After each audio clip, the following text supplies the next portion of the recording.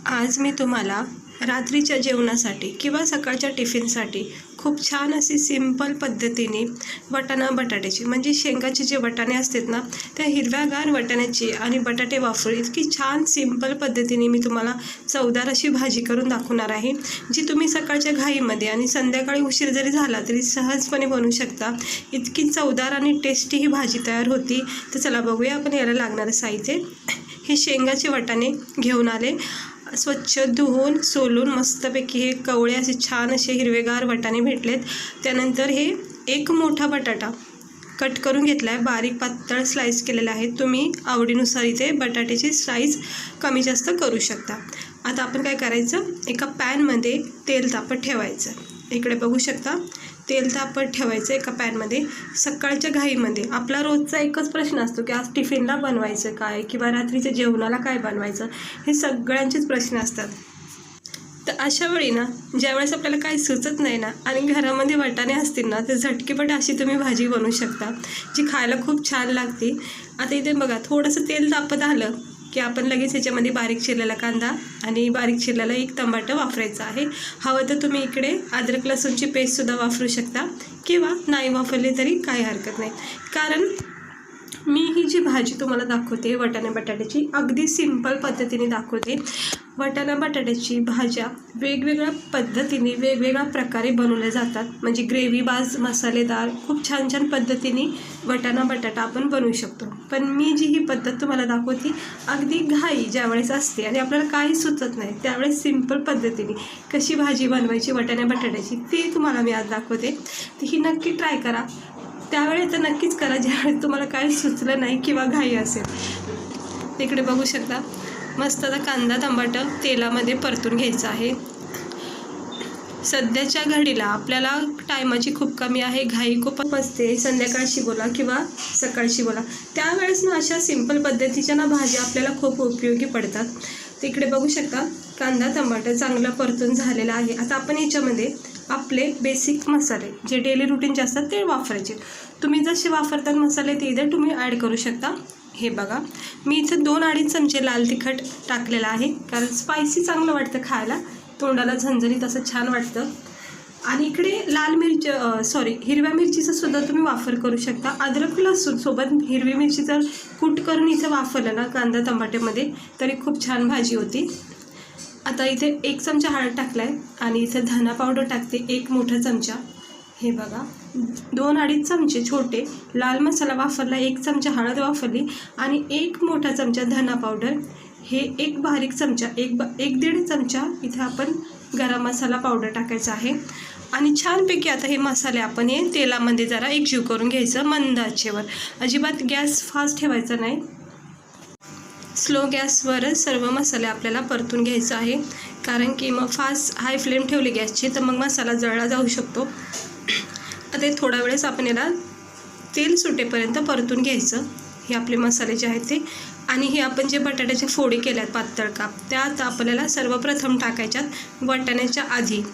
ही गोष्ट लक्षात ठेवा, नाही तर काय होतं काही काही लोक, मी सुद्धा कधी पहिल्या अगोदर तेच करायचे, बटाटे एकदमच टाकून घ्यायचे, पण आता ही पद्धत मी वापरते, खूप छान आहे। तर मसाल्यामध्ये सर्वप्रथम आपल्याला बटाट्याच्या फोडी टाकायच्या। फोडी टाकायचे कारण आहे दुसरं म्हणजे मसाल्याची जी सुरुवातीची कोटिंग आहे ती बटाट्याला चांगली भेटती, म्हणजे एकजीव होऊन जातात बटाट्याला। आणि दुसरी गोष्ट मसाल्यामध्ये एक फ्लेवर जो असतो तो बटाट्याला पॅक होऊन जातो। बटाटे थोडेसे अर्धे कच्चे असतात, त्यामुळं काय होतं नरम सॉफ्ट पण पडून जातात आणि भाजी बनवायला आपल्याला टाईम लागत नाही। हे बघा हे असं मसाल्यामध्ये थोडेसे बटाटे परतून घेतले की नरम सॉफ्ट पडले जातात। दुसरी गोष्ट मसाल्याचा चांगला फ्लेवर बटाट्याला लागून जातो।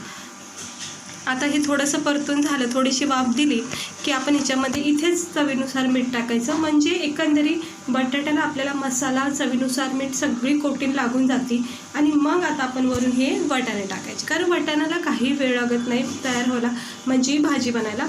म्हणून बटाट्याला अगोदर थोडी स्टीम दिली, थोडं वाफेवर ठेवलं की त्याच्यामधला कच्चापणा थोडासा निघून जातो, नरम सॉफ्ट होतात। आणि मग हे बटाट्यासोबत उरलेले वाटाण्यासोबत हे बटाटे नंतर मग कमी वेळामध्ये तयार होतात। आता छानपैकी हे मिक्स करून घेते पूर्ण मसाल्यामध्ये।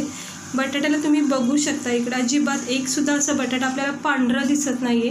म्हणजे अगोदर आपण याला मसाल्यामध्ये छान असं मिक्स करून घेतलं आहे, त्याच्यामुळं पूर्णपणे पॅक झाला आहे मसाला बटाट्याला. इकडे बघू शकता, मी तुम्हाला एक बटाटे दाखवते, बघू शकता अजिबात बटाटा इकडे कुठेच पांढरा दिसत नाही आहे. पूर्ण मसाला कवर झालेला आहे, म्हणजे ती एक छान चव येते बटाट्याला खाता वेळेस पण.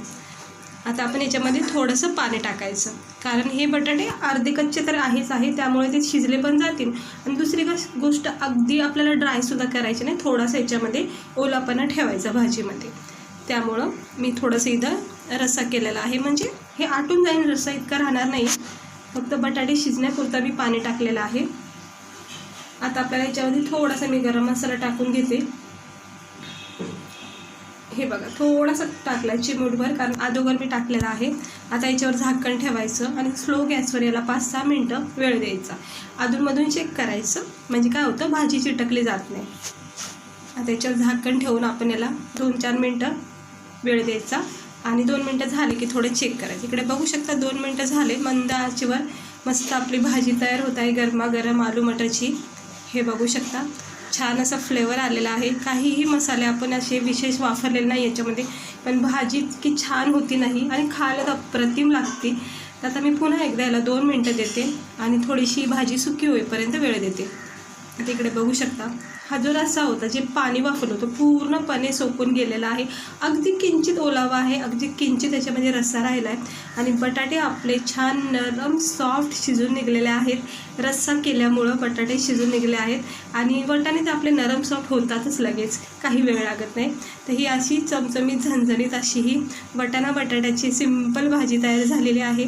आता वरून थोडीशी हिरवीगार कोथिंबीर टाकायची आणि गरमागरम भाजीचा आनंद घ्यायचा आहे. इकडे बघू शकता छान अशी ही चमचमीत झणझणीत अशी ही आलू मटरची भाजी तयार झाली आहे. खाण्यासाठी मोकळी सुटसुटीत, कुठेही असा चिकटपणा आला नाही, म्हणजे बटाट्याचा मस्त मोकळी झालेली आहे. आता आपण याला गॅस बंद केला, थंड करून घेते. उरलेल्या वाफेवर थोडी स्टीम देते भाजीला आणि मग आपण चेक करूया.